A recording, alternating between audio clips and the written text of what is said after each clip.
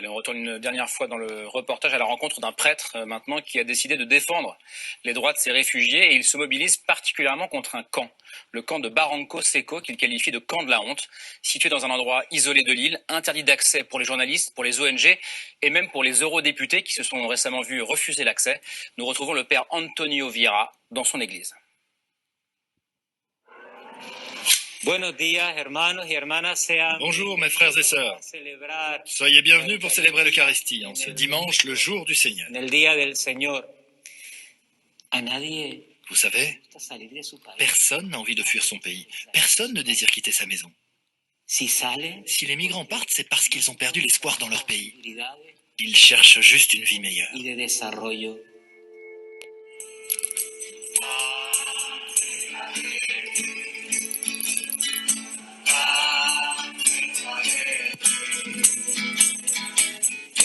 C'est important de parler de ça, de construire un récit positif autour de ces questions. C'est à mon avis de cette manière qu'on arrivera à contrer la xénophobie, le repli sur soi. C'est le moment pour marteler fermement notre message et encourager l'accueil et l'intégration des migrants. Hola Daniel, ¿qué tal? ¿Cómo está? Bien. Au camp, il y a 2 installations qui dépendent du ministère de l'Intérieur. On nous dit qu'il n'y a même pas assez d'eau pour tout le monde. Ouais, il n'y a pas de toilette aussi. Il n'y a même pas de douche. Ils gardent leurs vêtements qu'ils avaient pendant la traversée. C'est dur à dire, mais ça sent la pisse. Regarde là-bas, c'est la porte d'entrée. On passe par là? Non, on va passer par là à droite.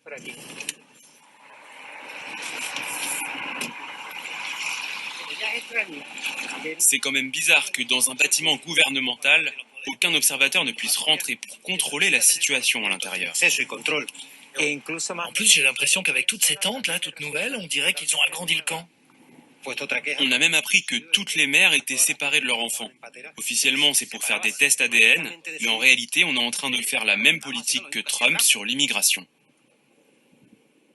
En coulisses, signé Pierre Lascar et Diana Buitrago avec Vincent Buchy, regardé par notre invité, le philosophe et romancier Tristan Garcia, et nous avons été rejoints par Sarah Prestiani. Bonsoir. Bonsoir. Merci d'être avec nous. Vous êtes responsable migration et asile à l'ONG Euromed Droit, et à ce titre une grande spécialiste des routes migratoires, comme on dit. Vous étiez aux Canaries, je crois, il y a quelques semaines, ce camp de Barranco Seco qu'on vient de voir de très loin. Vous y êtes allé aussi, enfin vous le connaissez. On estime qu'il y a environ 800 personnes qui se trouvent à l'intérieur. Oui, exactement. Alors, moi aussi, j'ai dû le voir de loin parce que c'est les droits du regard. C'est assez interdit quand il s'agit de ces lieux d'enfermement. Effectivement, il est important de savoir qu'est-ce que c'est les CAT de Barranco Seco parce que ça, c'est la nomination officielle CAT. C'est un peu les modèles hotspot qu'on voit aussi à Lampedusa, en Sicile, sur l'île de Lesbos. C'est les lieux où les migrants sont amenés dès qu'ils débarquent sur l'île.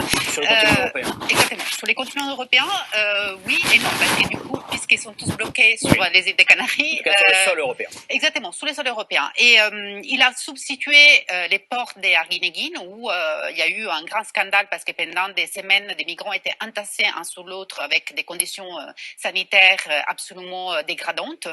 Et donc, ont été créés ces camps. Ces camps, c'est un lieu où les migrants doivent être détenus pour pas plus de 72 heures. 3 jours maximum. Exactement. Et ce qu'on voit, c'est que souvent, ces 3 jours sont bien prolongés. Jusqu'à combien? Ça peut arriver jusqu'à 8 jours, 10 jours, avec une ambiguïté aussi avec l'utilisation de l'excuse du Covid, mais les lieux d'enfermement doivent, justement, par législation, ne pas dépasser les 72 heures des Est-ce qu'on assiste à des violations des droits de l'homme à l'intérieur, selon vous, ou pas? Est-ce qu'on peut dire qu'aujourd'hui, sur le sol européen, il y a des camps à l'intérieur desquels les droits de l'homme ne sont pas respectés? Absolument, il y a 3 problèmes principaux sur ces lieux. Tout d'abord, donc la prolongation de la détention de façon complètement illégale. Donc ça, c'est la première violation des droits fondamentaux. Deuxièmement, je pense qu'il faut se mettre dans la peau des personnes qui arrivent sur les Canaries. On a vu 10 jours de traversée, des conditions très périlleuses. Moi, j'ai assisté même dans le passé et aujourd'hui, en décembre et en janvier, des débarquements avec des personnes qui n'arrivaient même pas à sortir du bateau. Ils avaient resté accroupis pendant 10 jours, un sur l'autre. Donc, est-ce que c'est vraiment la meilleure façon pour accueillir ces personnes de les mettre dans un campement militaire, loin des regards de tout le monde, dans des lieux où il y a aussi de la présence des mineurs, des femmes, des personnes vulnérables, pour une période de détention plus longue. Et bien sûr, est-ce que l'image de l'accueil européen, ça doit se fixer autour d'un campement militaire, et donc voilà, avec un accès très limité, que ce soit pour la société civile, mais aussi pour les parlementaires. Les parlementaires européens qui n'ont pas pu avoir accès. Ça, c'est des parlementaires qui ont été élus démocratiquement et avec les droits de regard. Alice, vous connaissez bien ces camps. Oui, c'est très intéressant dans ce que vous dites parce que c'est vraiment une mesure pour les rendre invisibles. Ces migrants, on les sort du port et on le met à l'abri de tout regard dans ces camps cachés. On a bien compris que l'élément le plus préoccupant de cette histoire, c'est vraiment l'interdiction d'accès. Personne ne peut rentrer. Mais j'ai fait beaucoup de reportages dans des camps. J'ai un peu fait le tour de l'Europe. J'étais à Lesbos, mais aussi à Lampedusa, à Calais, ici en France, où j'ai vu des conditions absolument déplorable, pas de tente, pas de logement acceptable, pas de sanitaire. Là, on est bien d'accord on a l'impression, heureusement, d'être loin de ce genre de conditions. Les tentes, elles sont nouvelles, on voit des cabines